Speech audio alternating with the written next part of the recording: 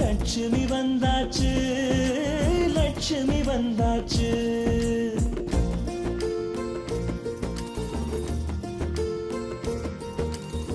சொந்தமெல்லாம் தோரணமா மேளம் கொட்டி வரவேற்க லட்சுமி வந்தாச்சு, லட்சுமி வந்தாச்சு. அழகிய ஊஞ்சலாய் ஆடவே பாசத்தை பாடலாய் பாடவே குதூகலம் வீட்டில் பொங்கியோடவே குட்டி குட்டி கவிதைகள் ஒன்று கூடவே லட்சுமி வந்தாச்சு, லட்சுமி வந்தாச்சு, லட்சுமி வந்தாச்சு.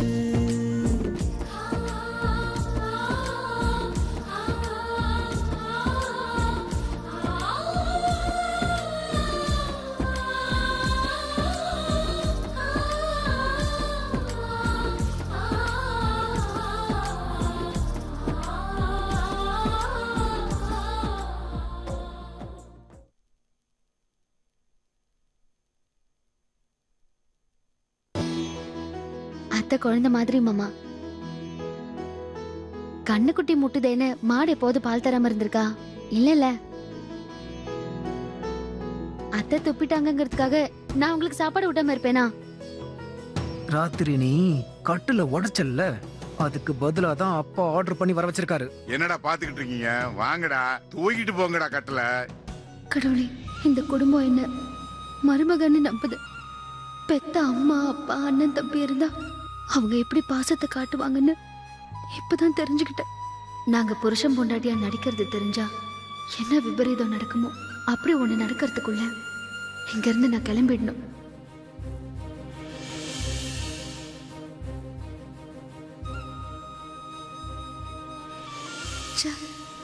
கொஞ்ச நேரத்துல தப்பான முடிவு எடுத்துட்டேனே. கடவுளே, உதவி செய்யணும் தான் வெற்றியோட மனைவியா நடிக்க வந்தேன். அது தெரியாம நாட்டாம குடும்பம் உண்மையான மருமகன்னு அளவு கடந்த பாசம் காட்டுறாங்க.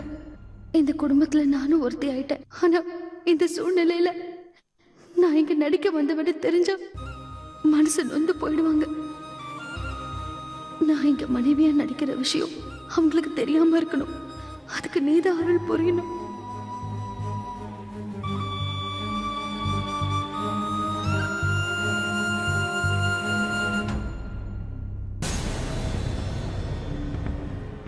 என்ன மன்னிச்சிருங்க. நந்தினி இப்படி பண்ணுவான்னு நான் கொஞ்சம் கூட எதிர்பார்க்கலங்க. மனமாடலியே உங்க பேச்ச கேட்காம அவ ஹாஸ்பிட்டல் போனால அப்பவே நான் உஷாராயிருக்கணும். நல்லவனா வாழ முயற்சி பண்ணனே, அந்த முதல் அட்டம்ப்டே ஃபெயிலியர் ஆகி போச்சு. உங்க பொண்ணால எங்க மான மரியாதையே போச்சுங்க. நந்தினி ஓடி போனது நினைச்சு நானே நில குலைஞ்சு போயிருக்கேங்க. வெளியில தலை காட்ட முடியல. இவன் பொண்ணை வளர்த்துருக்கிற லட்சணத்தை பாருன்னு எல்லாரும் ஏன் காத்துப்படவே பேசுறாங்க. அதோட இவ இப்படி பண்ணதுனால என் பொண்ணு வாழ்க்கை என்ன ஆகுமோன்னு எனக்கு ரொம்ப பயமா இருக்குங்க. அக்காவும் போலத்தான தங்கச்சியும் இவ எவன் கூட ஓட போறாளோன்னு எல்லாரும் பேசிக்கிறத கேட்கிறப்போ ரொம்ப கஷ்டமா இருக்குங்க. உன்னை யார் எப்படி பேசினாங்களோ அதை பத்தி எனக்கு ஒன்றும் கவலை கிடையாது. இந்த கல்யாணம் நல்லபடியா நடக்கணும்ன்றதுக்காக தான் நான் பணத்தை கிள்ளி கொடுக்கல, அள்ளி கொடுத்தேன். எவ்வளவு கொடுத்தேன்னு எனக்கே தெரியாது. ஏன்னா என் பையன் போயிடுவான்னு டாக்டரே சொல்லிட்டாரு. ஆனா என் பொண்டாட்டி நந்தினி ஜாதகத்துல தாலி பாக்கியம் கெட்டியா இருக்குதுன்னு நம்பினான். அவளை கல்யாணம் பண்ணா என் பையன் நல்லா இருப்பான். அவ எங்க இருந்தாலும் தேடி கண்டுபிடிச்சு கொண்டு வா. அதுக்கு பணம் வேணுமா? கேளு, நான் தரேன். அவ எங்க இருக்கான்னு தெரியலையேங்க. இத நம்ப சொல்றியா? நம்ப சொல்றியா? என்ன நான் கொடுத்த பணத்தை பத்திரமா பாதுகாக்க தெரிஞ்ச உனக்கு கொடுத்த வாக்க பாதுகாக்க தெரியலையா? பணத்தை வாங்கிக்கிட்டு உன் பொண்ணை நீயே ஓடி போக சொல்லிட்டு இங்க வந்து நடிக்கிறியா? சார் என்ன சார் இது? என் மேல அபாண்டமா பழி போடுறீங்க. உங்ககிட்ட வாங்கின பணத்துக்கு வஞ்சனை இல்லாம நடிச்சு எல்லா விஷயத்தையும் நந்தினி கிட்ட மறைச்சு அவளை இந்த கல்யாணத்துக்கு சம்மதிக்க வச்ச. ஆனா கடைசி நேரத்துல நந்தினி இப்படி கழுத்தா இருப்பான்னு நான் கொஞ்சம் கூட எதிர்பார்க்கல. நந்தினியை தேடி கண்டுபிடிச்சு கொண்டு வராட்டி உண்மையிலேயே நான் உன் கழுத்தா இருக்க முடியா இருக்கும். என்னை பத்தி நல்லா தெரிஞ்சிருக்கும்னு நினைக்கிறேன். சார் உங்களை பத்தி தெரியும் சார், ஆனா நந்தினி எங்க இருக்கான்னு தெரியலையே சார். தேடாம இப்படி சொல்லக்கூடாது. உலகம் பெருசா இருந்தாலும் உள் உறவுகாரங்க வட்டம் சிறுசு. அவங்க யார் வீட்லயாவது நந்தினி இருப்ப போய் தேடு. சார் தெரிஞ்சவங்க உறவுக்காரங்க எல்லாரும் வீட்லயும் தேடி பார்த்துருவோம் சார். அவ எங்கேயுமே இல்ல சார். தானும் சார். இத பாரு சண்முகம், எனக்கு இல்ல முடியாதுன்ற வார்த்தையே பிடிக்காது. உனக்கு 10 நாள் டைம் தரேன். அதுக்குள்ள நந்தினியை தேடி கண்டுபிடிச்சு கொண்டு வர இங்க. அப்படி இல்ல நீங்க 2 பேருமே இந்த உலகத்துல இருக்க மாட்டீங்க. ஐ மீன் நீயும் உன் பொண்டாட்டியும். சார் நீங்க கொடுத்த பணத்தை எல்லாம் உங்ககிட்ட திருப்பி கொடுத்துறேன் சார். என்னையும் என் பொண்டாட்டி விட்டுருங்க சார் ப்ளீஸ். உயிர் மேல அவ்வளோ ஆசையா? எனக்கு என் பையன் உயிரோட இருக்கணும்ன்ற ஆசையினால தான் உனக்கு 10 நாள் டைம் கொடுத்துருக்கேன். டயத்தை வேஸ்ட் பண்ணாம முதல்ல நந்தினியை தேடுற வேலையை பாரு. போ போ. அந்த ஓடுகாலி பண்ண காரியத்தால இப்ப வாழ்க்கையே நாசமாயிடுச்சு. 10 நாள் டைம் கொடுத்துருக்காரு. அதுக்குள்ள அவளை எங்க போய் தேடுறது? போ.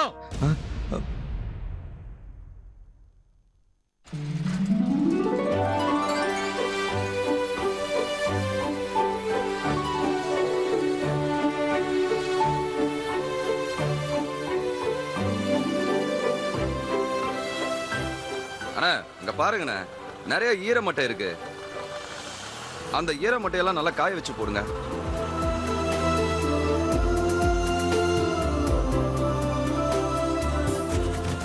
அண்ணா பாத்துங்கண்ணே, கீழே சிதறாம போடுங்க. தம்பி நீங்க வேலையை பாருங்க, கொஞ்சம் கொஞ்சமா போடுங்க. பிளேடெல்லாம் இப்பதான் புதுசா மாத்திருக்கு. டேய் நீ ஏன்டா அங்க பேசிட்டு இருக்க? சீக்கிரமா வேலையை பாடுற, அனுப்பணும். சரிங்கண்ணே. ஆமா சேட்டாவே இங்க வந்திருக்காரு. வாங்க சேட்டா. வணக்கம் சேட்டா, நீங்களே வந்திருக்கீங்க. டே கதிரு சீக்கிரமா சேர எடுத்துட்டு வா. சரிங்கண்ணே. சொல்லுங்க சேட்டா, என்ன விஷயம்? அதென்னேட்டா போன்லயே பறஞ்சதல்ல 500 டன் கயிறு வேணும்னு. அதுதானே நான் நேரில் வந்தது. அதெல்லாம் சரிதான் சேட்டா, போன்லயே எல்லாத்தையும் சொன்னீங்க.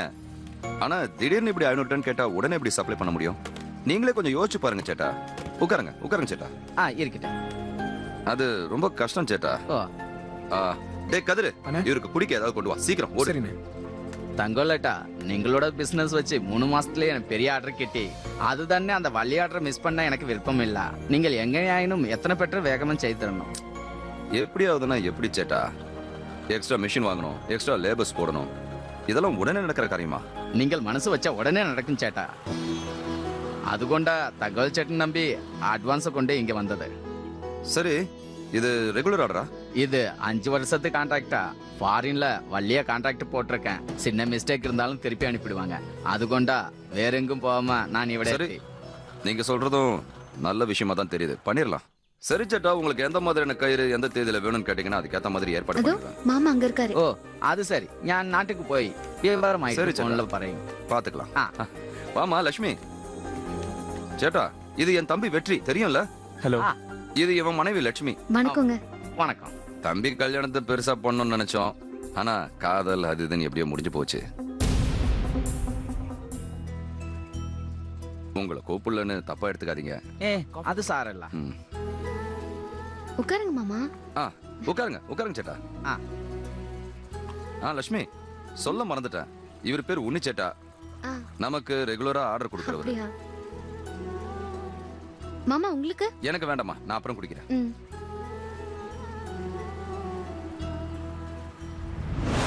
ஆமா லட்சுமி, நீ சரியான நேரத்துல தான் வந்திருக்க. உன்னி சேட்டா ஒரு ஆர்டருக்காக அட்வான்ஸ் கொடுக்க வந்திருக்காரு. சரிங்க மாமா. அத நீ உன் கையாலேயே வாங்கிடுமா. மாமா நான் எப்படி? இங்க பாருமா லட்சுமி, இத நீ உன் கையால தான் வாங்கி ஆகணும். சேட்டா, எங்க லட்சுமி கையில பணத்தை கொடுத்து வாங்கினா என் தொழில் மட்டும் இல்ல உங்க தொழிலும் ஓஹோன்னு வளரும். அட்வான்ஸ் லட்சுமி கையிலே கொடுங்க, வாங்கிக்கம்மா. இது புடிங்க.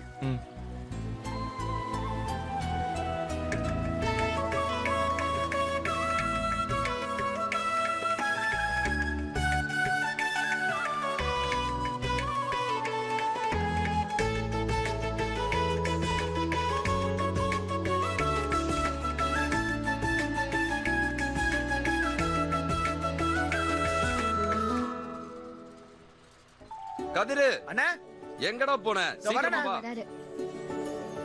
சரி, நான் இறங்கிட்டேன். போயிட்டு வாங்க சேட்டா. வரேன். நான் எல்லாத்தையும் ஏற்பாடு பண்ணி வைக்கிறேன். போயிட்டு வாங்க. வாங்க வாங்க. அதுக்குள்ளே எங்கடா போயிட்ட கதிரு? இங்கதானே இருந்தேன். ஏதாவது சாக்கு சொல்லிட்டே இரு. சரி, உன்னி சேட்டா அட்வான்ஸ் கொடுத்துட்டு போயிருக்காரு, அன்னி கையில இருக்கு. இந்த அட்வான்ஸ புது கணக்குல வச்சு வரவு வச்சுக்க. என்ன? சரி சரி, வாங்கிட்டு போ. காஃபி சாப்பிடுறீங்களா? சரிங்க, நீ கொடுங்க. காஃபி எல்லாம் அப்புறம்டா, முதல்ல பணத்தை எடுத்துட்டு போய் நடக்க வேண்டிய வேலையை பாரு. போ சீக்கிரம் போ.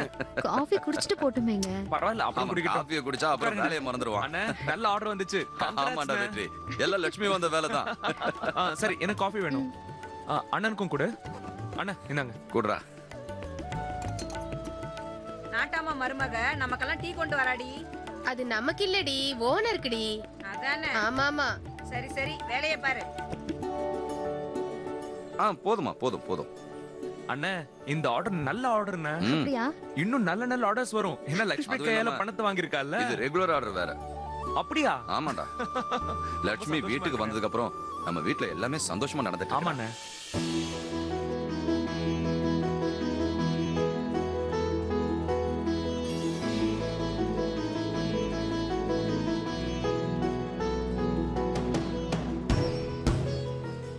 மாமா, ஒரே நிமிஷம் வந்துடுறேன். இது வரேங்க. போயிட்டு வாமா.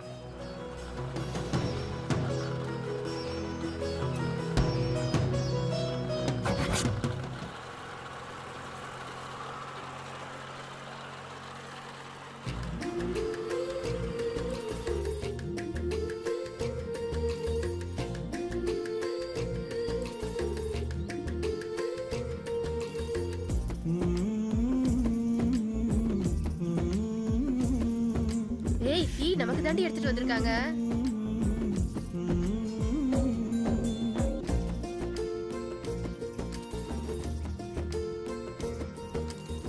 சொந்தமெல்லாம் தோரணமா மேளம் கொட்டி வரவேற்க லட்சுமி வந்தாச்சு, லட்சுமி வந்தாச்சு.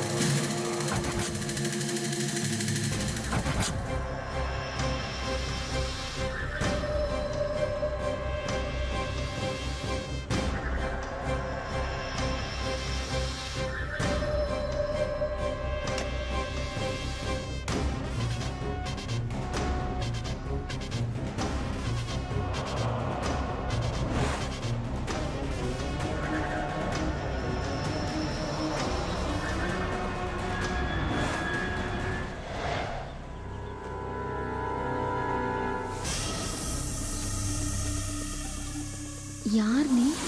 சீக்கிரமா அந்த நாச்சிமுத்து வீட்டை விட்டு போயிடு. உனக்கு 24 மணி நேரம் கெட்டு தரேன். போகல செத்துருவ. வீணா இந்த ஊர்ல செத்து போகாத. உன் உயிரை எடுக்க நிறைய வழி இருக்கு. பால்ல விஷம் கலப்பேன், கத்தியில குத்தி கொல்லுவேன், உன் உயிரை எடுக்க என்ன வேணாலும் செய்வேன். கொடுத்த டைம் முடியறதுக்குள்ள இந்த ஊரை விட்டு போயிடு.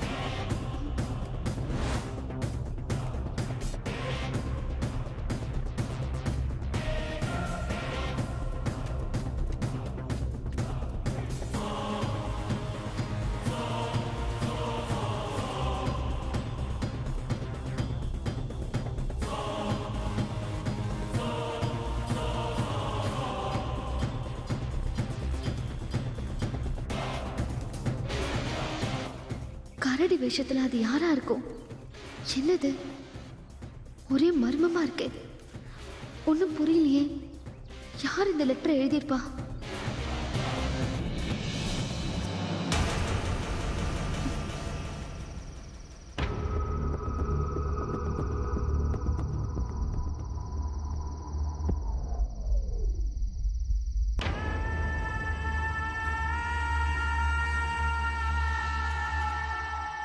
இது யார் எழுதிருப்பா? உனக்கு யார் எதிரி? உன்னை யாருக்குமே தெரியாதே. நமக்கு எதிரின்னு யாரும் கிடையாது. அப்புறம் உன்னை எதுக்கு மிரட்டு லெட்டர் எழுதிருக்கணும்?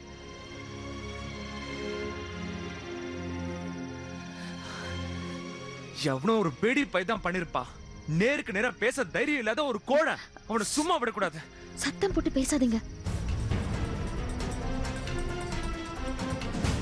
இந்த பேப்பர் வந்து விழுந்தப்போ நான் கரடிய பார்த்தேங்க. என்ன? இந்த ஊர்ல கரடிய பாத்தியா? ஆமாங்க, நிஜமாவே நான் கரடியோட உருவத்தை பார்த்தேன்னு சொல்றேன்ல. நிஜமாவே அது கரடி காலடியா? ஆமா.